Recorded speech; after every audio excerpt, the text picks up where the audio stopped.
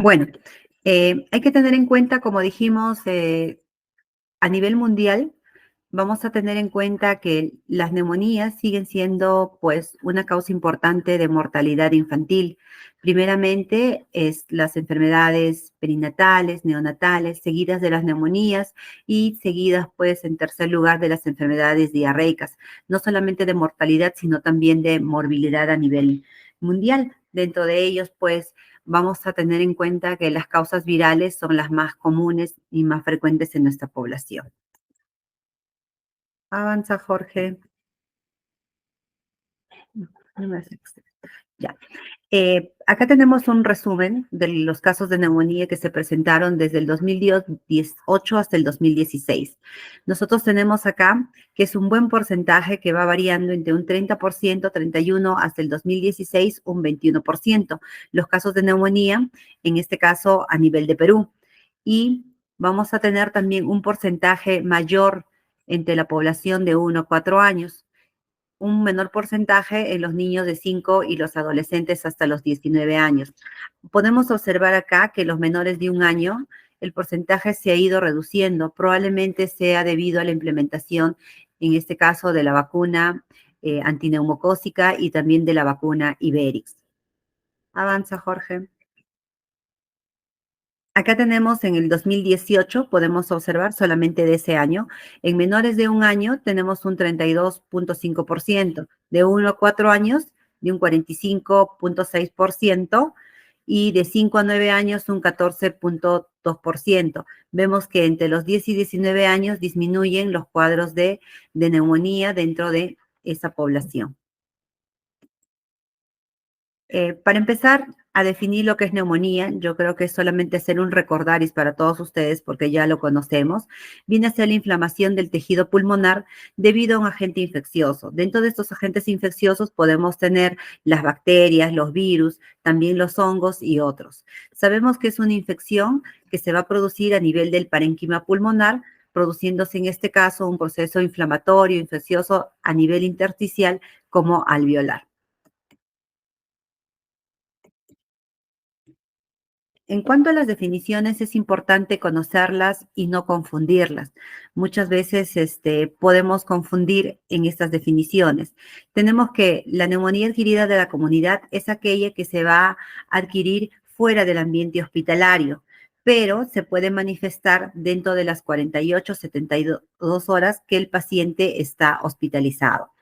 La neumonía intrahospitalaria es aquella que se define como una neumonía adquirida después de las 48 o 72 horas de estar hospitalizado el paciente por alguna otra causa, hasta los 7 días después del alta. La neumonía grave es una neumonía con las características que tiene, asociada en este caso a cualquier signo de alarma. Es una definición que también la podemos encontrar en el AYEPI como neumonía grave. Este paciente va a tener dificultad respiratoria marcada, probablemente un requerimiento de oxígeno mayor, cianosis central, dificultad para beber, lactar, vómitos frecuentes, convulsiones, alteración del sensorio y una saturación de oxígeno que puede ser a nivel del mar o hasta los 2.500 en menor a 92% o menor a 85% a una altura de 2.500 metros sobre el nivel del mar. Aquí hay que tener en cuenta estos parámetros que a veces nosotros estamos confundiendo un poco. Quizás la gran mayoría de nosotros hemos estudiado pues en Lima, Trujillo, Ica, qué sé yo, en el cual hemos estado acostumbrados pues a querer tener en un paciente una saturación mayor a 92%. Entonces, hay que tener en cuenta que así como la hemoglobina, también van a variar en este caso los requerimientos de oxígeno a mayor altura. La neumonía complicada es aquella neumonía que se ha complicado dentro de su proceso, ya sea con un derrame paraneumónico, un empiema, un absceso, necrosis, una enfermedad multilobar, un neumotórax o una fístula broncopleural o una sepsis. La neumonía aspirativa es una neumonía causada por la entrada de una sustancia extraña a nivel de las vías respiratorias. Y la neumonía congénita es aquella que se da intraútero o durante el nacimiento.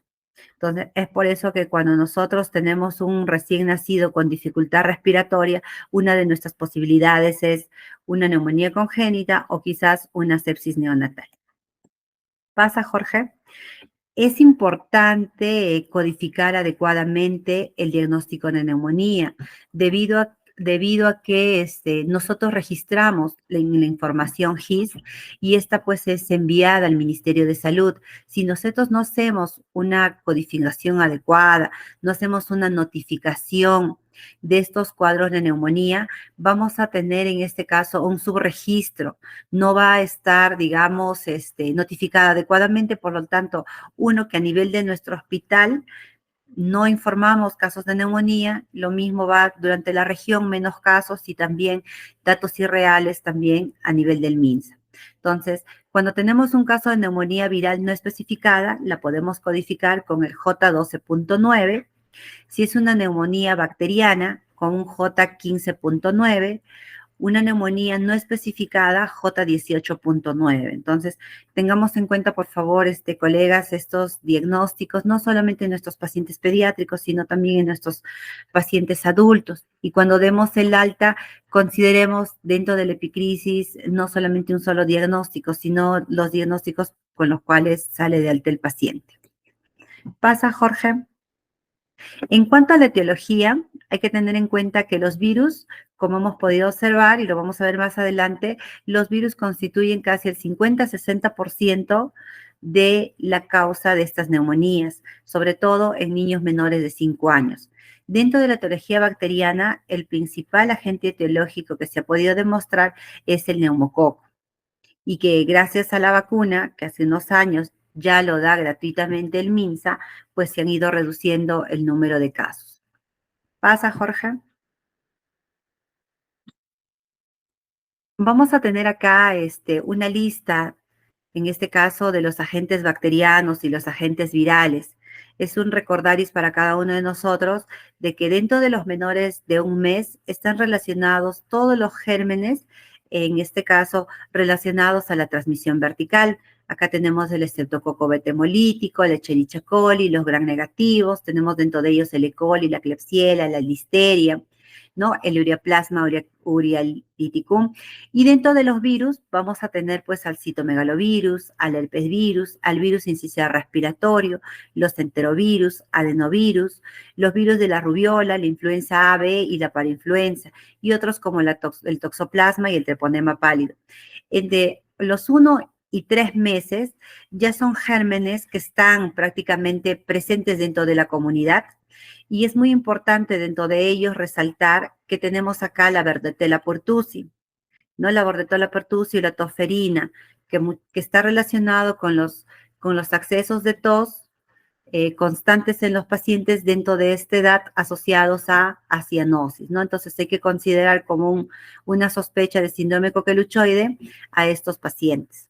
También tenemos a los virus, el virus incisional respiratorio, el citomegalovirus, influenza A y B, adenovirus, metaneumovirus. En los lactantes de 4 meses y a los 4 años vamos a tener, igual que en la edad anterior, tenemos pues acá al Streptococcus pneumoniae, tenemos a la Moraxella catarrhalis, al Staphylococcus aureus, al Mycoplasma pneumoniae, al Mycobacterium tuberculosis y también se puede considerar a la Leptospira. Los virus, en este caso los virus, tenemos al virus incisional respiratorio, que es el más frecuente, tenemos también influenza A, influenza B, parainfluenza, adenovirus, metaneumovirus, rinovirus y coronavirus. Entre los niños de 5 años a 12 años, acá también se encuentra liderando lo que es el Streptococcus pneumoniae. Acá ya encontramos más frecuentemente también lo que es el Mycoplasma pneumoniae, la Chlamydia pneumoniae, la Coxiella brunelli. Encontramos dentro de los virus al virus influenza A y B, también a la Epstein-Barr, y también podemos encontrar otros como el Histoplasma capsulatum, el Coccidioides y mitis. ¿Pasa, Jorge?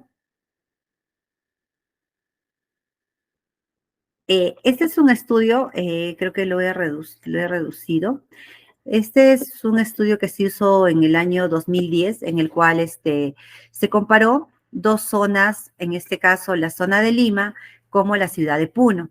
en las cuales se pudo encontrar de que el patógeno en ambas ciudades era el Streptococcus pneumoniae, pero en muy poca cantidad, uno determinado por cultivo, el otro determinado por la reacción de cadena polimerasa, que fueron 15 casos en este caso, y en Puno 21 casos.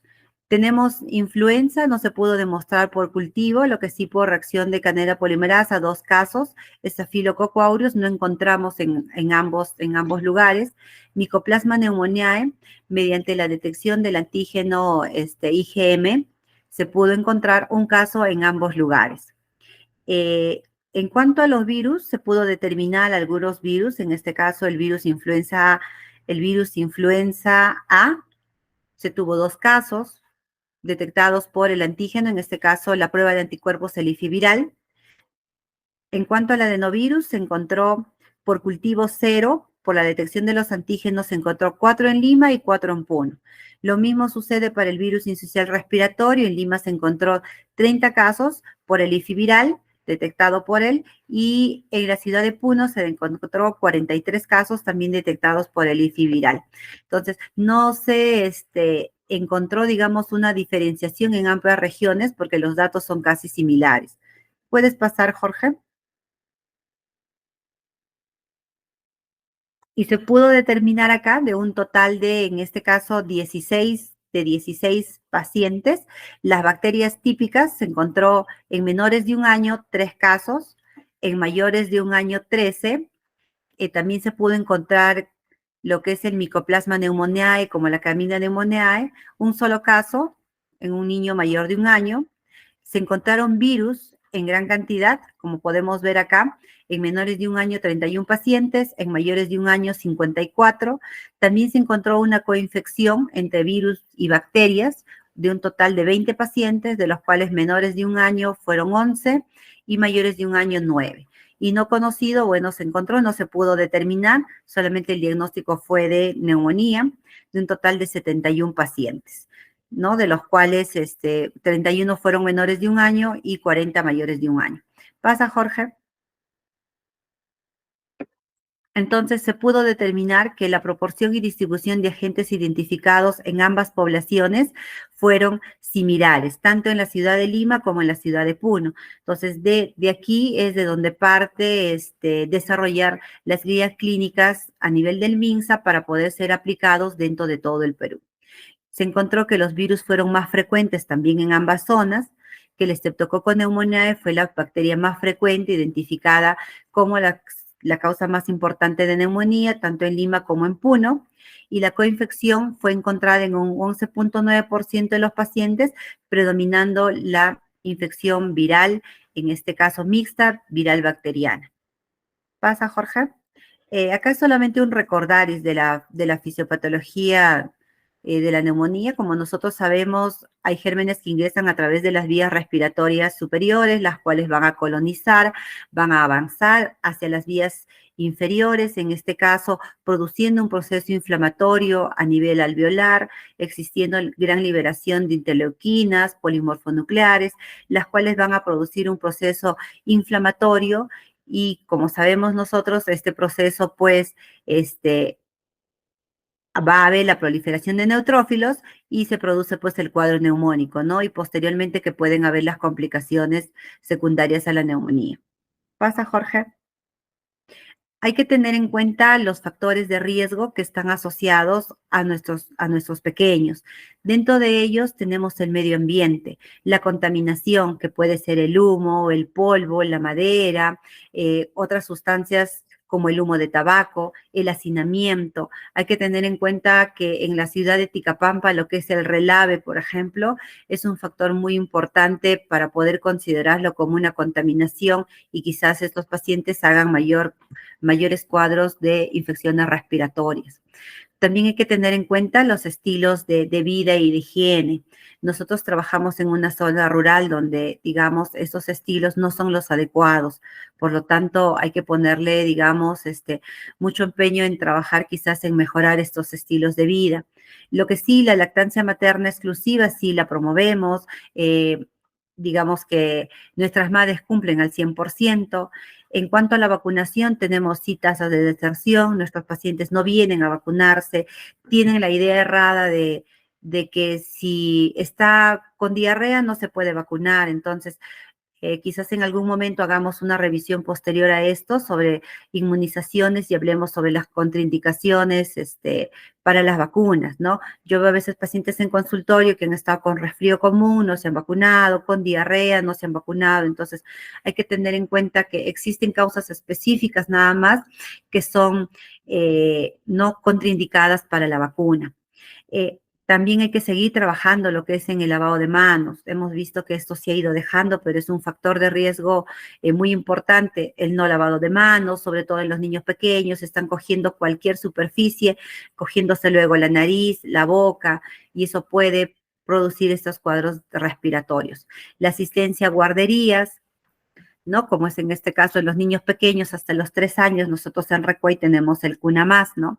El CUNAMás, van niños pequeños y van niños enfermos muchas veces y es ahí donde pues no solamente hemos podido observar quizás infecciones respiratorias en varios niños de ahí, sino también otro tipo de infecciones como la varicela, ¿no?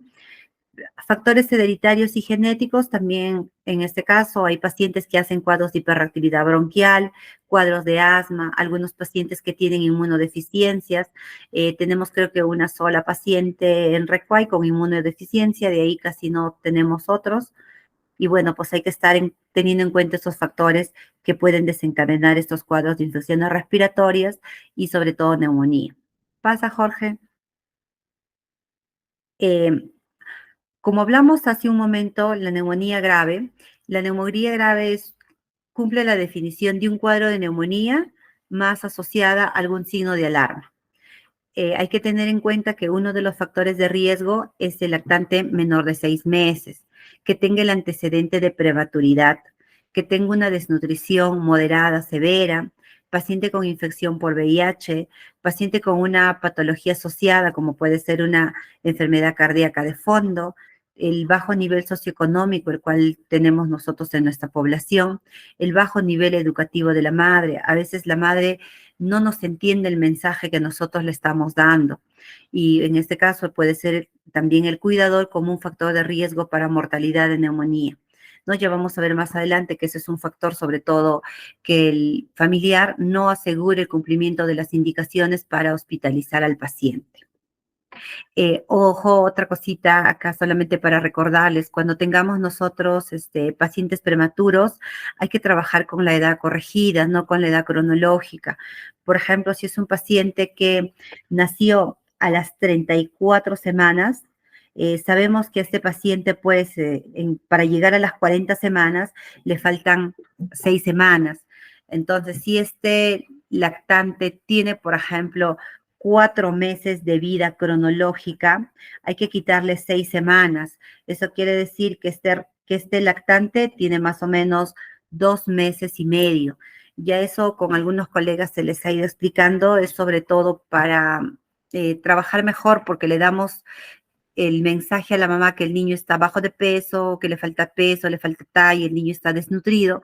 Entonces, cuando llega la consulta, hago la correlación y para la edad corregida sí está bien, pero para la edad cronológica no.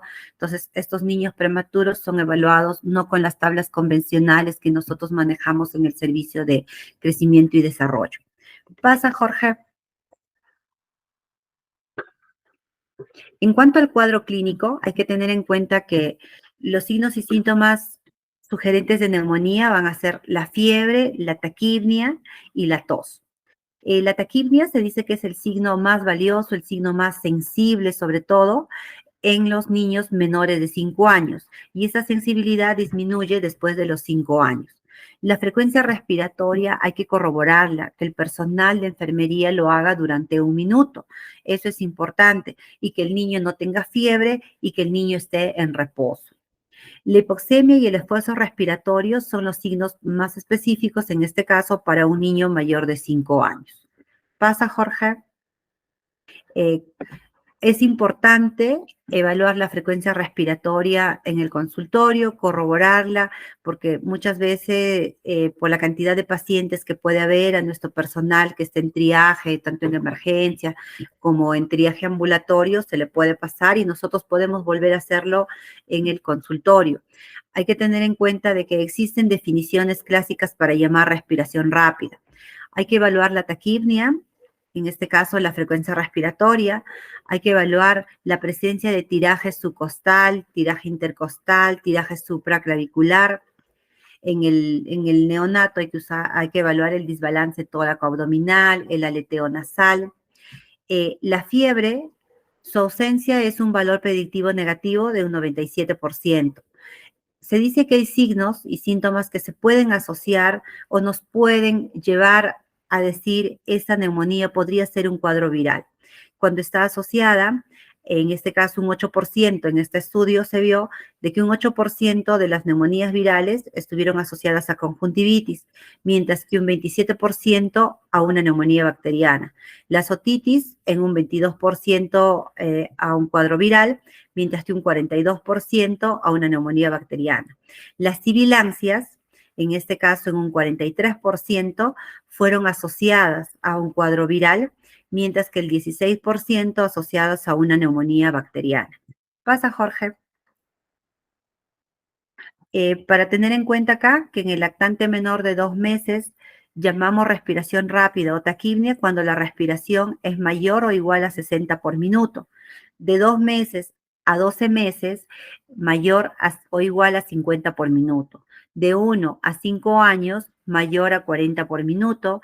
Y mayores de 5 años a 12 años, mayor a 20 por minuto. Entonces, hay que tener en cuenta estos valores para poder evaluar a nuestros pacientes, pero sí como se les recuerda es que el paciente debe estar en reposo y sí en fiebre, porque sabemos que la fiebre nos va a aumentar no solamente la frecuencia respiratoria, sino también la frecuencia cardíaca.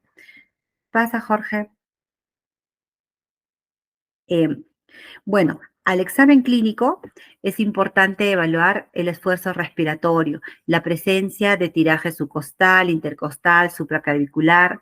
Hay que evaluar la disminución del murmullo vesicular, cómo está el pasaje, si hay presencia de crépitos, egofonía, broncofonía, si hay soplo tubárico, si la amplexación es simétrico o no.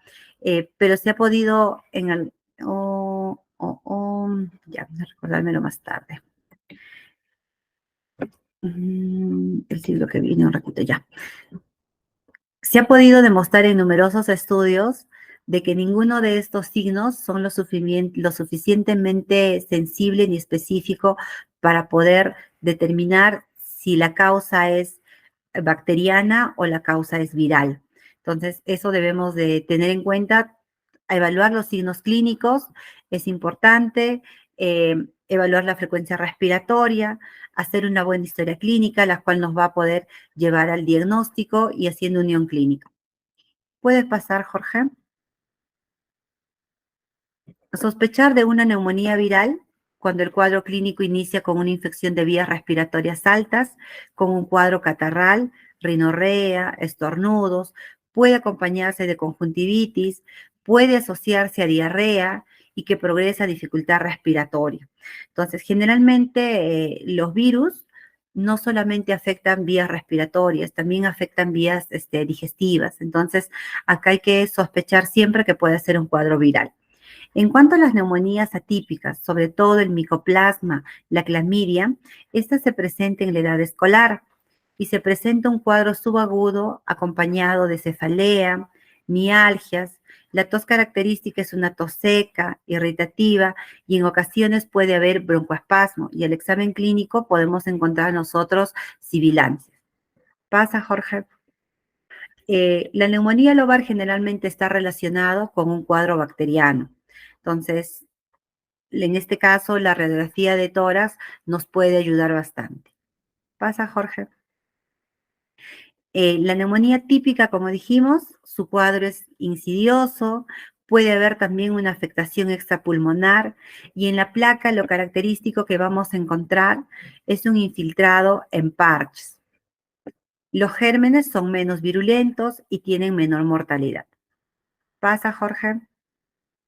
El cuadro clínico de una neumonía grave, vamos a encontrar dificultad respiratoria marcada, vamos a tener una frecuencia respiratoria aumentada según la edad que les mostré, politirajes, aleteo nasal, quejido, cianosis central, puede haber apnea intermitente, dificultad para beber, lactar, vómitos frecuentes, alteración del sensorio, convulsiones, una saturación de oxígeno menor al 92%, entre 0 y 2.500 metros sobre el nivel del mar, o menor o igual al 85% a más de 2.500 metros sobre el nivel del mar. En el neonato sabemos que toda neumonía se considera como grave y sobre todo se considera pues como un cuadro de sepsis. Pasa, Jorge. Eh, Los criterios diagnósticos. Dentro de nuestros criterios diagnósticos, el diagnóstico presuntivo de una neumonía se va a basar sobre todo en la historia clínica. Nosotros debemos hacer una historia clínica adecuada, debemos eh, preguntar adecuadamente a la madre sobre el tiempo de la enfermedad, sobre el inicio, sobre el curso, de una manera adecuada.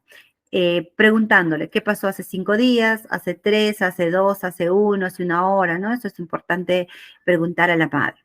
Hay que preguntar también por los antecedentes familiares y los antecedentes personales. Al examen físico.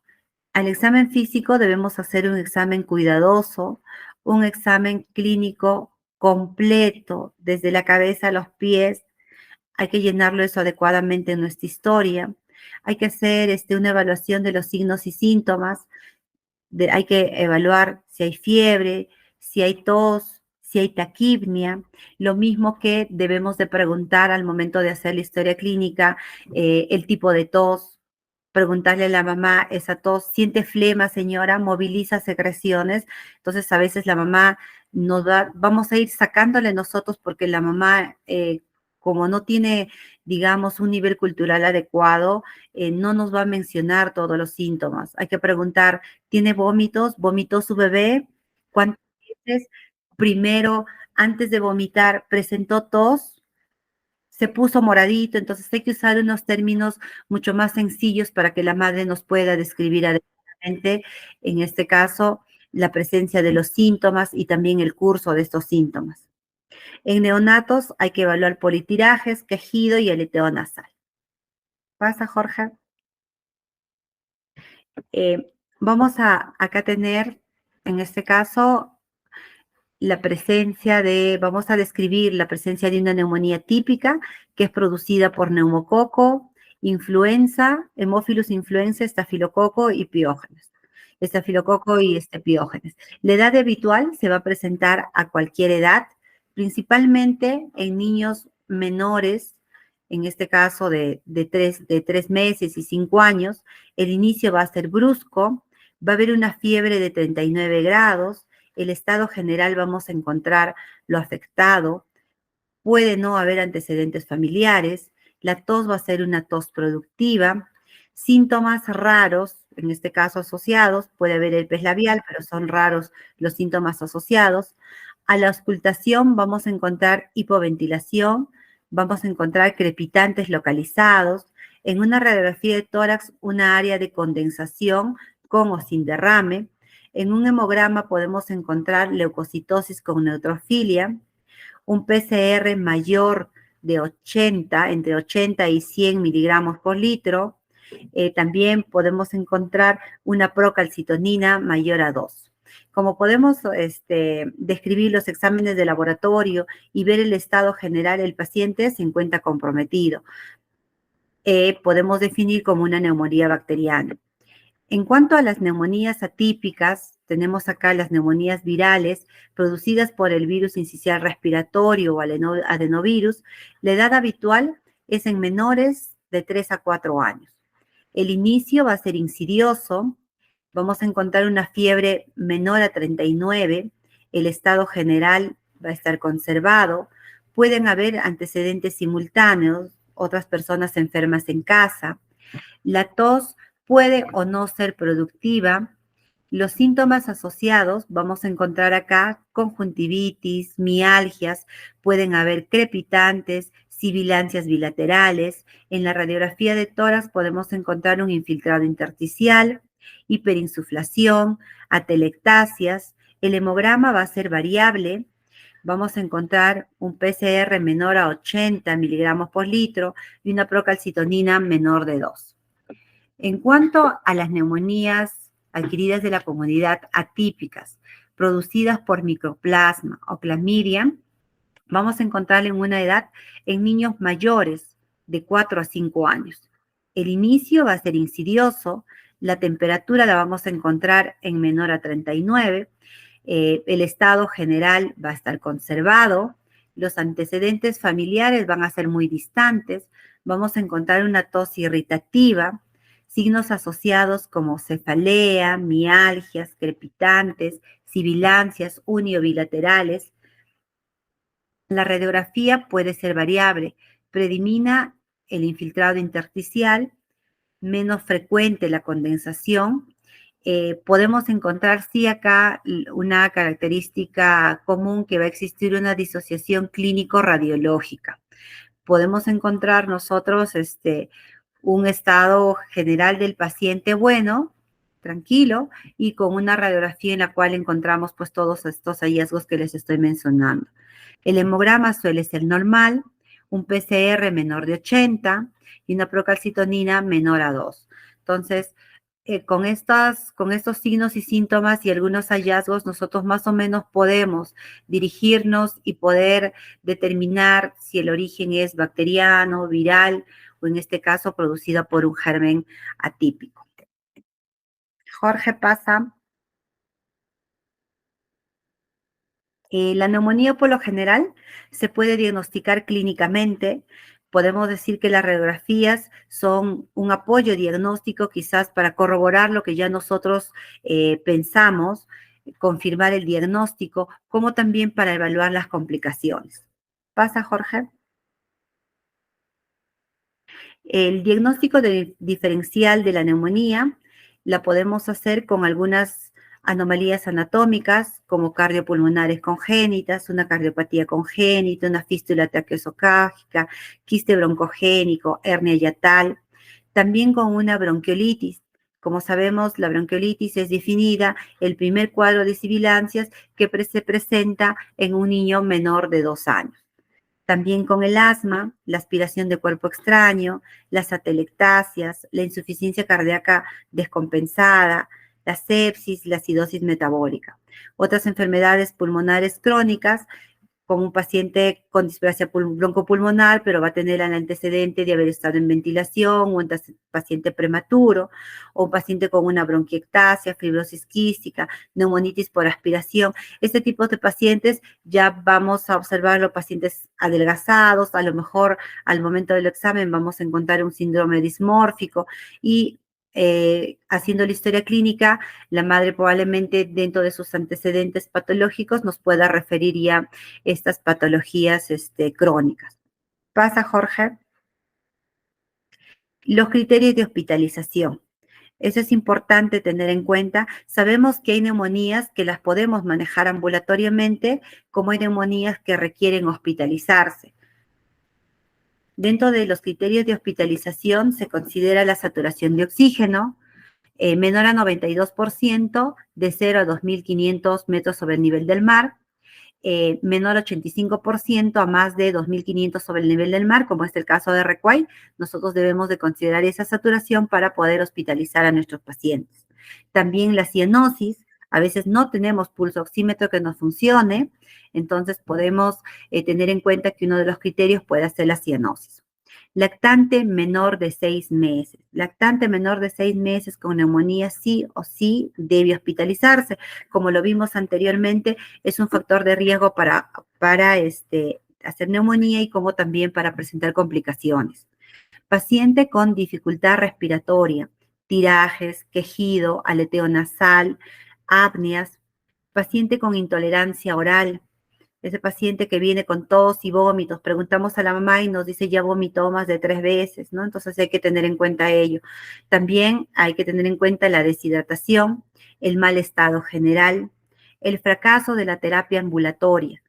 Hay que citarlos, estos pacientes. Quizás a veces no podemos hacer el seguimiento a uno que otro colega por los cambios de turno que se puede hacer, pero hay que citarlo en 48, 72 horas para que sea evaluado nuevamente, y si no tiene una buena evolución clínica, hay que hospitalizar al paciente, ¿no? ¿Qué sucede? Que a veces le indicamos el antibiótico a las 9 o 10 de la noche y la mamá dice, no, se durmió a las 7, yo no le estaba dando en las noches. Y en la mañana se levantó, le tocaba a las 6 o a las 7 y no, yo le estaba dando a las 11. Entonces, hay que tener en cuenta también, a veces por el manejo de los familiares en casa es que nuestro paciente se complica, no porque no le hayamos dado un buen tratamiento médico o antibiótico, es porque muchas veces en casa existen otros factores ambientales, ¿no? Factores familiares, los cuales influyen que el paciente no evolucione adecuadamente. Hay que tener en cuenta también las comorbilidades. Estos pacientes pueden tener complicaciones y deben de ser hospitalizados. Una de las complicaciones que podemos tener en cuenta es la deshidratación, el derrame pleural o el empiema. También un criterio es cuando nosotros no tenemos un cuidador, una madre o la persona encargada que pueda hacerse responsable adecuadamente del paciente. Nosotros hemos podido observar y decimos como colegas, ¿no? Esta mamá no nos hace caso, le orientamos, no creo que cumpla el tratamiento. En todo caso, esos tipos de pacientes hay que hospitalizarlos. Y también la difícil accesibilidad al establecimiento de salud. Nuestros pacientes que viven lejos, algunos cercanamente pueden venir en 48, 72 horas, pero algunos vienen de zonas lejanas, ¿no? Entonces, este tipo de pacientes nosotros debemos de hospitalizarlo. No darles de alta y hacerles el control en 3 o 4 días porque ese paciente muchas veces no va a venir. Pasa, Jorge. Estos ya son los criterios quizás para admisión en cuidados intensivos o para referir a nuestros pacientes, ¿no? Son aquellos pacientes que tienen la necesidad de soporte ventilatorio o ventilación mecánica o no invasiva, ya que no es capaz de mantener una saturación mayor a 92% ni mayor a 85% sobre el nivel del mar, a pesar de una suplementación de oxígeno con una FIO mayor a 0.5. Entonces, muchas veces sí, en el hospital nos hemos visto obligados a referir este tipo de pacientes, en este caso al Vito Ramos Guardia, porque ya no tenemos otro, digamos, otro método para poder administrar oxígeno. Signos de falla respiratoria inminente. Entre ellos puede ser la letargia, respiraciones irregulares, lentas, apnea. En este caso, podemos observar que nuestro paciente ya se está agotando. Entonces, si este paciente se está agotando, pero mantiene una saturación adecuada, este paciente va a requerir otro tipo de soporte ventilatorio. Necesidad de monitoreo cardiopulmonar. Este paciente que tenemos hospitalizado nos puede estar haciendo taquicardia sostenida, una presión arterial inadecuada que va a requerir otro tipo de soporte farmacológico o alteración del estado mental por hipercapnia o hipoxemia. Hay que referirlo también a estos pacientes porque requieren otro tipo ya de soporte ventilatorio. Pasa, Jorge. En cuanto a los exámenes auxiliares, eh, bueno, en mayores de 28 días y menores de 12 años de edad con sospecha de neumonía, no sugieren el uso rutinario de exámenes auxiliares de laboratorio para el diagnóstico de neumonía, como es el hemograma completo. No va a permitir la diferenciación etiológica tanto de un proceso bacteriano con un proceso viral o un proceso atípico en pacientes ambulatorios. En cuanto al uso de la PCR, la velocidad de sedimentación globular y la procalcitonina, ninguno de ellos o solo en combinación son sensibles o específicos para determinar la diferenciación etiológica, en este caso, ya sea bacteriana o viral. Lo que sí podemos considerar su uso es para un seguimiento frente a una posible neumonía con evolución desfavorable. Nosotros vemos que un paciente lo tenemos hospitalizado 3 días, bueno, podemos pedir un control y evaluar con el hemograma de inicio, ¿no? Entonces hay que tener en cuenta también, colegas, de no pedir el hemograma en estos pacientes con neumonía diario. A veces estamos pinchando al paciente diariamente y es por eso que tenemos a veces la queja de los familiares, ¿no? Le sacaron sangre hoy día, le sacaron otro, entonces hay que esperar a las 48, 72 horas para poder hacer un control. Y si vemos que el paciente clínicamente esté evolucionando bien, es un buen indicador que está yendo bien nuestro paciente. Entonces, hay que tener en cuenta que a veces el paciente, por esos pinchazos, esas venopunciones constantes, nos pueden hacer otro tipo de infecciones, una infección por estafilococo y se nos complica el paciente. Entonces, en neonatos sí, rutinariamente se considera el control del hemograma, del PCR y lo que es la procalcitonina. Ahí sí sabemos de que son exámenes esenciales para poder iniciar el tratamiento antibiótico. Pasa, Jorge. Como dijimos, podemos encontrar quizás una leucocitosis leve, una linfocitosis, ¿no? Lo vamos a tener de base estos exámenes auxiliares, pero vamos a evaluar tanto la clínica y hacer una unión clínica con los exámenes auxiliares. La radiografía, en los casos virales, podemos encontrar un compromiso intersticial difuso. También hay que tener en cuenta que se puede aislar las secreciones dentro de las 48-72 horas que estemos en contacto con el paciente, como es el uso, en este caso, del ifiviral, que es la más utilizada. El cultivo nos sirve solamente para control epidemiológico y la serología tarda bastante. Ahora, lo que sí quisiera preguntarles, como hoy he estado de vacaciones, no lo sé, nosotros teníamos las pruebas ifivirales en laboratorio, en la cual en este tipo de pacientes podíamos solicitar, llegar la orden y los resultados nos llegaban en 48, 72 horas. No sé si ustedes saben, bueno, quizás eso lo conversamos al final. Es importante tener en cuenta que el laboratorio nos informe. Pasa, Jorge. En cuanto a la PCR, se sugiere que un PCR mayor a 80 miligramos por litro nos sugiere que el origen puede ser bacteriano. Una PCR menor a 20 puede ser el origen tanto viral o producida por un micoplasma, ¿no? Se hizo y se observó que en 2 ensayos clínicos, en una revisión donde la PCR es poco sensible y específica para discriminar la etiología viral o bacteriana. También la PCR tampoco discrimina entre infección respiratoria de vías altas y neumonía. Entonces, si tenemos un PCR, en este caso cuantitativo, y tengamos mayor de 80 miligramos, podríamos quizás no utilizarlo como favorable para una etiología bacteriana. Pasa, Jorge. En cuanto a las imágenes, en los pacientes con sospecha clínica de neumonía, sin signos de gravedad y manejo ambulatorio, no se sugiere la radiografía de tórax para el inicio ni el diagnóstico. En este caso, iniciamos tratamiento ambulatorio, indicamos su control a las 48 o 72 horas, porque el hecho de tomar una radiografía, a lo mejor no encontramos un hallazgo radiológico. Se indicará ante la duda diagnóstica o la mala evolución del cuadro clínico del paciente. Si nosotros contáramos con un equipo de rayos X al inicio de un paciente que ingresa a hospitalización, sí podríamos tomar una placa de ingreso y no solicitar el control si la evolución, en este caso, es favorable. Hay que tener en cuenta que los cambios radiológicos, para ver una radiografía de un paciente que tuvo neumonía y ver sano, va a requerir una evolución de 3 a 4 semanas. Entonces, también estaríamos haciendo un uso innecesario de control si es que el paciente no se deteriora clínicamente. ¿Pasa, Jorge? En cuanto al hemocultivo y al antibiograma, sí hay estudios que sí recomiendan tomar en todo paciente con indicación de hospitalización previo al uso de antibiótico, ¿no? Y debe obtenerse un segundo hemocultivo en hospitalizados con enfermedad grave que no demuestre respuesta a pesar de la cobertura antibiótica adecuada o con una neumonía complicada, no siendo necesario en pacientes con mejoría clínica. Nosotros sí acá tenemos la deficiencia porque no tenemos este hemocultivo. Sabemos que esos exámenes son muy costosos en la parte privada. Entonces, por lo tanto, hagamos unión clínica con nuestros pacientes e iniciemos tratamiento antibiótico. Pasa, Jorge.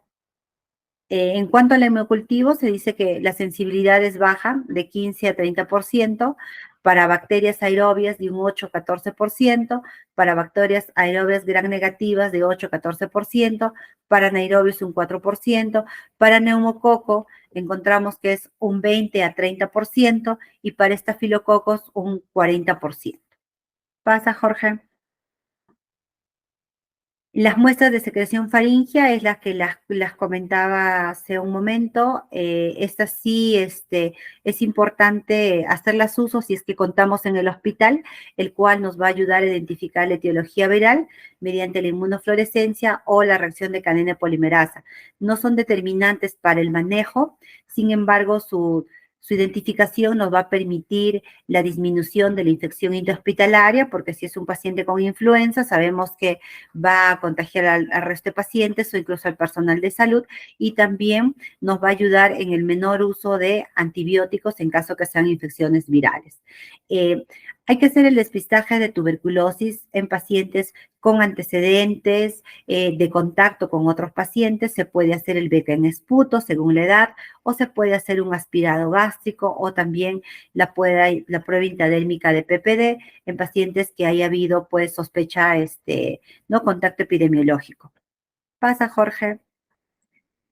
También se puede considerar en algunos pacientes la prueba rápida de VIH, considerar también el análisis de gases arteriales, como sabemos en pacientes que están gravemente enfermos, ya que la hipercapnia pues viene a ser una señal importante de insuficiencia respiratoria inminente en pacientes que se están agotando, pero a veces conservan aún la oxigenación, y también hay que evaluar esos parámetros para evaluar el soporte ventilatorio en nuestros pacientes. El cultivo de secreciones bronquiales, bueno, eso no lo hacemos en el hospital porque eso se hace bajo una fibrobroncoaspiración. El análisis citoquímico en este caso, citoquímico y también el cultivo de líquido pleural en casos de pacientes con derrame pleural. Las pruebas rápidas de inmunofluorescencia que se puede hacer, la detección de antígenos y pruebas serológicas también para determinar, en este caso, la etiología. Y otros exámenes, en este caso, imagenológicos como una tomografía, va a depender del paciente y de nuestro posible diagnóstico, en este caso, que se esté complicando nuestro paciente. En cuanto al manejo, hay que tener en cuenta sobre todo las medidas generales y hay que hacer cumplir estas medidas generales. Cuando nosotros indicamos las medidas posturales, si nosotros no lo colocamos en la historia, nuestro personal a cargo del paciente no lo va a realizar muchas veces. Entonces, hay que colocar elevación de la cabecera o posición semisentada. Es importante colocarlo en la historia y darle también ese mensaje al paciente con neumonía, al cuidador, para que pueda elevar la almohada de este paciente, así que podemos evitar en este caso pues las aspiraciones. Si el paciente está hospitalizado, hay que considerar la alimentación por sonda nasogástrica o sonda orogástrica, que es una opción en pacientes en riesgo de deshidratación o dificultad respiratoria. Esto puede ser una opción quizás a cuando no puedan canalizar la vía a nuestros pacientes, pero en este caso es solamente para la alimentación. Es prioritario el control de la saturación de oxígeno. Hay que ver, no sé, ponernos de acuerdo como cuerpo médico, quizás si podemos ver de obtener en este caso un oxímetro de pulso para los pacientes pediátricos y los neonatos, que es la deficiencia que tenemos en el hospital. El uso de la oxigenoterapia, hay que indicarlo, a veces no lo dejamos indicado y vemos si encontramos al paciente con oxígeno. Hay que tener en cuenta que el oxígeno también tiene efectos adversos. Pasa, Jorge. Hay que canalizar una vía endovenosa y hidratar al paciente en nuestros pacientes pediátricos con evolución desfavorable, con pobre tolerancia oral o aquellos pacientes que requieren aplicación del tratamiento antibiótico endovenoso. Eso sí, también quedaría como un punto para hablarlo con el doctor Miguel sobre la capacitación a su personal de enfermería sobre la canalización de vías debido a que tenemos mucha deficiencia. Hay que orientar al cuidador del paciente, en este caso a los familiares, al personal de enfermería, sobre el acrónimo AFALTA, ¿no? que deben tener en cuenta, no solamente va a ser en el caso de las neumonías, sino también en otros procesos, para que puedan evaluar y dar tratamiento y actuar adecuadamente. Sigue, Jorge. Acá el acrónimo FALTAN está relacionado el F con la fiebre, indicar a los familiares el uso del paracetamol, el uso del metamizol bioral, ¿no? Y en qué casos hacer también el uso de los medios físicos. Eso también hay que colocar claramente en la historia, si es que nosotros indicamos paracetamol bioral, y también hay que colocar más medios físicos. Sabemos que los niños menores de 5 años pueden tener el riesgo de presentar por la convulsión asociada a fiebre. La alimentación, en caso de estos niños, los cuidadores, en este caso, si es de manera ambulatoria, que tengan cuidado con la alimentación, que la alimentación sea una dieta suave, que sean más líquidos, para que así el pequeño pueda deglutir adecuadamente los alimentos. La palabra L significa líquidos, hay que incrementar la ingesta de líquidos, hay que vigilar el caso de la tos, que representa la T, evitar el uso de antitusígenos, el uso de expectorantes, en algunos casos antihistamínicos y descongestionantes en los pacientes pediátricos. La palabra A está relacionado con los signos de alarma. Los signos de alarma es uno de ellos la dificultad respiratoria, la persistencia de fiebre después de las 48 horas, la dificultad para beber, lactar, el compromiso del sensorio y si el niño no mejora a pesar del tratamiento antibiótico. El otro muy importante, la N, está relacionado con la nariz, con la limpieza de las fosas nasales. Nosotros sabemos que los lactantes menores de 1 año, son respiradores nasales, entonces van a presentar dificultad respiratoria si es que esa nariz está congestionada. Entonces, le podemos indicar el uso de suero fisiológico o podemos indicarle el uso de agua y sal. Por ejemplo, acá está la preparación: media cucharita de sal en media taza de agua o suero fisiológico, aplicando de 5 a 10 gotas en cada fosa nasal, ¿no? Según la frecuencia que requiere el paciente. Cuando encontramos, pues, obstrucción de las fosas nasales. ¿Pasa, Jorge? Las medidas preventivas, ya lo hablamos hace ratos, lo que es adecuada higiene de manos, lactancia materna, la vacunación según el esquema nacional. No hay que olvidarse de nuestros pacientes pediátricos que se hospitalizan, hay que solicitar el carnet de vacunación, no solamente para escribir en nuestro histórico, colocar inmunizaciones completas o según la edad, sino también para verificar. Eso es importante. También hay que verificar si tiene la vacuna antineumocócica y si tiene también la vacuna hemófilus influenza en los niños mayores de 5 años espectronomizados. También hay que revisar si tiene las vacunas de acuerdo a la edad que le corresponde. ¿Pasa, Jorge? También dentro de ello hay que evitar, o en este caso al paciente en consultorio, hay que orientar sobre la alimentación, alimentos ricos en hierro por el tema de la anemia. Hay que ver si está recibiendo suplementación preventiva o está recibiendo tratamiento de anemia. Indicarle también alimentos ricos en zinc, evitar la exposición a elementos contaminantes, no solamente el polvo, el humo, sino las sustancias con olor fuerte, evitar el uso de las frotaciones, vestirlo adecuadamente, no abrigarlo demasiado porque el niño transpira y eso también puede empeorar el cuadro respiratorio. Evitar el contacto con personas enfermas o personas en recuperación de cuadro respiratorio, y si el paciente se encuentra hospitalizado, hay que realizar un adecuado balance hidroelectrolítico. En todo paciente pediátrico que está hospitalizado, hay que colocarle abajo balance hidroelectrolítico. Hay que corroborar, por favor, colegas, en este caso, la cómo diluye el personal de enfermería el medicamento. Yo alguna vez he visto diluir una amicacina, diluir en 50 cc en un lactante de 2 meses, diluir la ampicilina en 50 cc. Entonces, si yo le paso en 50 cc, ya pasé 200 de sobrevolumen, porque la ampicilina es cada 6 horas. Y para un lactante menor ya lo encharcamos.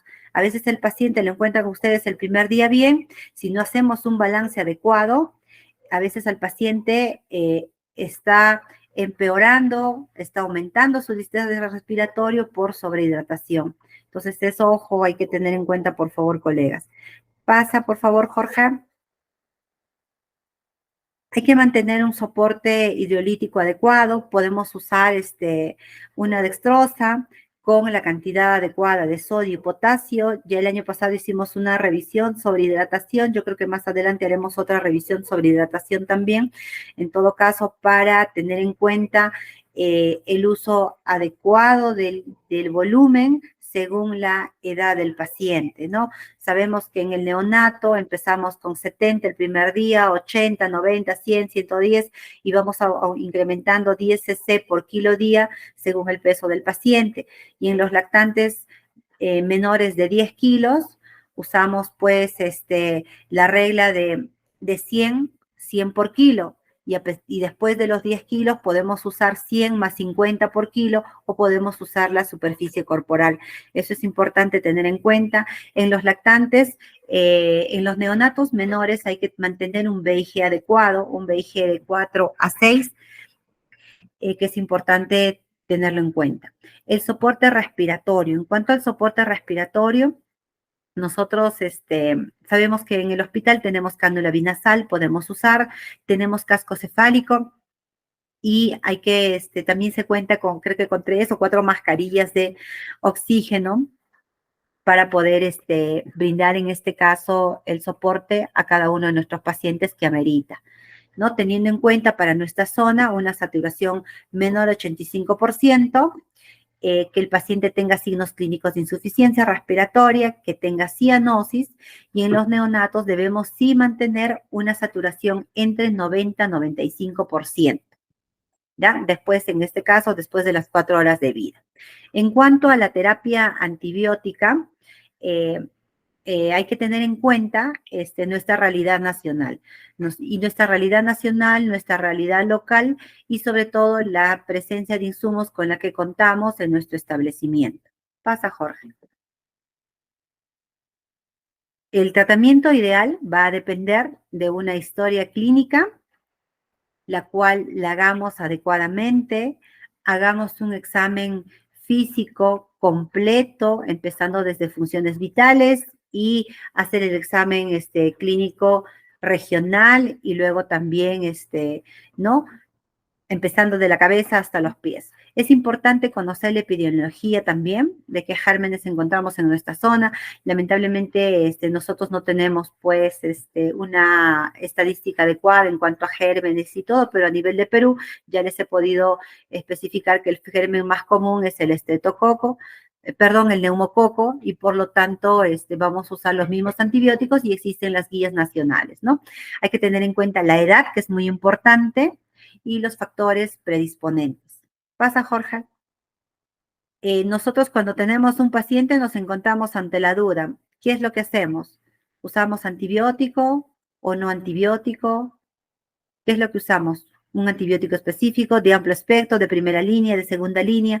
Entonces nos encontramos en esta duda, ¿no? Yo creo que ya de acuerdo a lo que les he ido mencionando, ya vamos a ir mejorando, puliendo todo esto para, sobre todo, desarrollar nuestra guía dentro de nuestro hospital, que es un nivel 2.1, y poder aplicarla. Pasa, Jorge.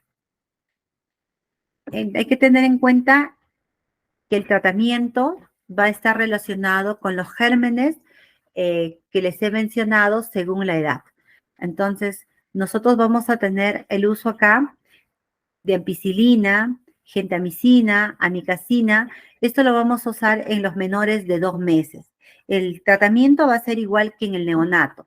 Podemos usar ampicilina más gentamicina o ampicilina más amicacina. Las dosis siguen siendo casi las mismas que usamos, 50 miligramos por kilo en la ampicilina. En la gentamicina estamos usando pues en mayores de 35 semanas, 4 miligramos cada 24 horas, y de ahí pasado los 7 días estamos pasando ya a las 12, cada 12 horas, ¿no? En cuanto a la amicacina, es una dosis única de 15 miligramos por kilo cada 24 horas. Pasa, Jorge, y el tratamiento debe ser en estos menores de 2 meses durante 7 días. En los lactantes mayores de 2 meses y hasta los 12 años de edad, eh, el antibiótico, en este caso, se usa la ampicilina de 150 a 200 miligramos por kilo, dividido cada 6 horas. Se puede usar cloranfenicol de 75 a 100 miligramos por kilo día, cada 6 horas. La penicilina G sódica de 200 a 250 miligramos. Como podemos usar también la ceftriaxona de 75 a 100 miligramos o la cefotaxima 150 miligramos por kilo día. El tratamiento en un paciente con neumonía debe ser de 7 días. El tratamiento endovenoso es hasta que el paciente tenga una evolución favorable. El paciente tolera la vía oral, ya no tiene fiebre más de 24 horas, ya podríamos pasar nosotros al tratamiento vía oral. Jorge regresa, en cuanto a la ceftriaxona o la cefotaxima, el tratamiento igual son 7 días, pero hay que continuar en este caso vía oral con cefuroxima o cefixime. Y si hemos iniciado tratamiento con ampicilina, cloranfenicol o penicilina G sódica, podemos continuar con amoxicilina o amoxicilina clavulánica. Pasa, Jorge, para completar los 7 días. Si nosotros observamos que a las 48, 72 horas la evolución es desfavorable, el paciente sigue con fiebre, aumenta la dificultad respiratoria, hay aumento de requerimiento de oxígeno, hay que considerar acá, uno, los exámenes auxiliares, como la radiografía de tórax, un hemograma de control, y como les dije, hay que evaluar día a día nuestro balance, porque lo que está pasando en nuestro hospital es que estamos sobrehidratando al paciente. Y hay que ver la posibilidad de referir a este paciente, porque probablemente ya va a requerir mayor requerimiento de soporte de oxígeno. También se puede, si el paciente se encuentra estable, pero a pesar no tiene compromiso general, no requiero mayor cantidad de oxígeno, puedo hacer una rotación de antibiótico, pensando quizás en una neumonía complicada o por gérmenes resistentes o de otras etiologías como gérmenes atípicos o tuberculosis. Puedo adicionar a mi tratamiento anterior quizás acitromicina o claritromicina, o puedo rotar de una ampicilina a una cefalosporina. Entonces hay que tener en cuenta ello.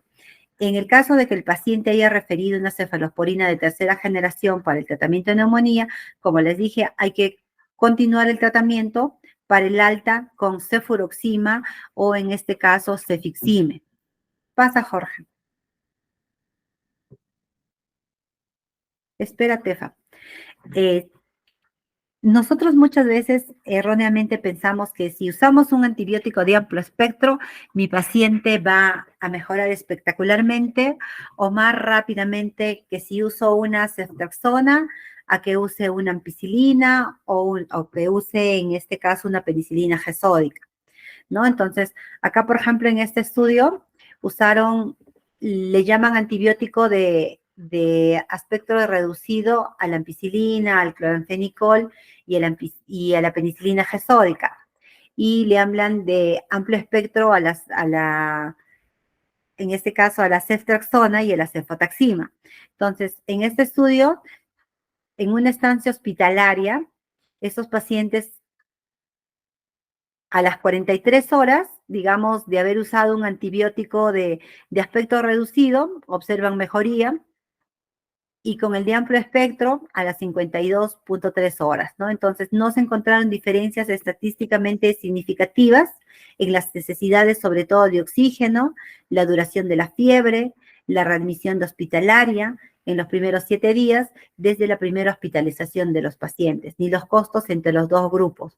Entonces, con este estudio podemos nosotros quizás tener en cuenta a usar ampicilina, penicilina G sódica o cloranfenicol, dependiendo de lo que tengamos en nuestro hospital. Muchas veces nos han criticado decir, ¿por qué usamos ceftriaxona para todo? Es que no teníamos ampicilina, no teníamos penicilina G sódica, y bueno, el cloranfenicol y pero tengamos en cuenta que el cloranfenicol también tiene efectos adversos, ¿no? Hace 20 años lo usábamos seguido en el hospital, pero luego ya hemos ido reduciendo el uso. ¿Pasa, Jorge? Eh, bueno, es lo mismo para poder corroborar que la neumonía, el uso de los antibióticos, no ha habido mejoría en el uso de unas cefalosporinas de tercera generación con el uso de las penicilinas, ¿no? La evolución ha sido similar. Pasa, Jorge. Un rato, mami. Hace años, por ejemplo, las guías del MINSA, esos manualitos, nos indicaban como tratamiento, o todavía lo considera también las guías de la YEPI, el uso del cotrimoxazol para el uso de las neumonías. Entonces, se considera que la amoxicilina es una alternativa al cloranfenicol, perdón, al cotrimoxazol, que puede ser usado en pacientes con neumonía y manejo ambulatorio. Los niños con neumonía grave sin hipoxemia pueden ser tratados con amoxicilina oral en forma ambulatoria, pero hay que tener en cuenta que cuando usamos, pasa nomás Jorge, cuando usamos la amoxicilina, se usa la amoxicilina a dosis altas, ¿no? No se usa la amoxicilina a la dosis común de 40 o 50 por kilo. Entonces, antibióticos de terapia empírica, llamamos empírica porque, bueno, no, al inicio no determinamos si es bacteriano o viral. Tenemos la terapia de primera línea, por ejemplo, se considera a la amoxicilina. Dentro de ellos, a una dosis de 90 miligramos por kilo día. Hay que tener en cuenta que la dosis diaria máxima puede ser hasta 2 gramos, ¿no? Entonces, es aquí cuando podemos dividir nosotros 90 miligramos por kilo día, dividido entre 2 dosis, le damos mañana y noche al paciente, ¿no? Puede ser indicado en pacientes de 2 meses a 17 años. Los macrólidos, tenemos la eritromicina, que se puede usar de 40 a 50 miligramos por kilo, dividido en dosis de cada 6 horas. Es de primera línea para pacientes con sospecha de clamidia y microplasma pneumoniae.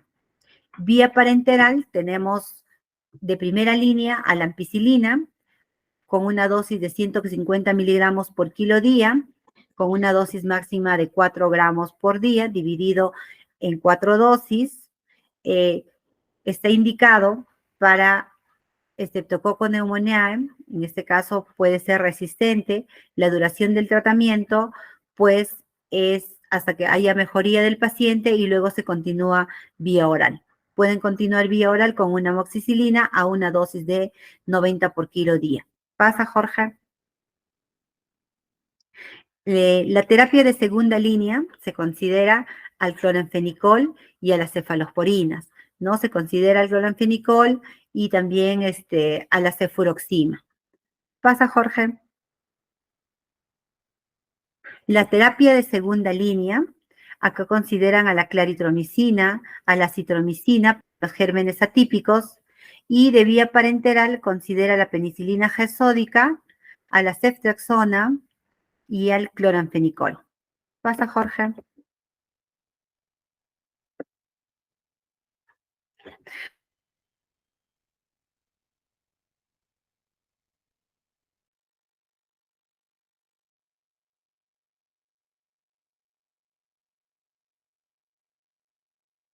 Y Legionella pneumoniae.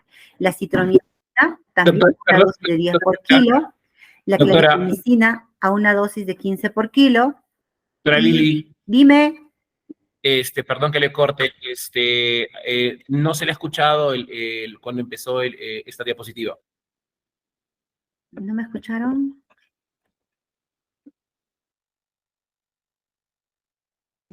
No le he escuchado, doctorita, no se le ha escuchado.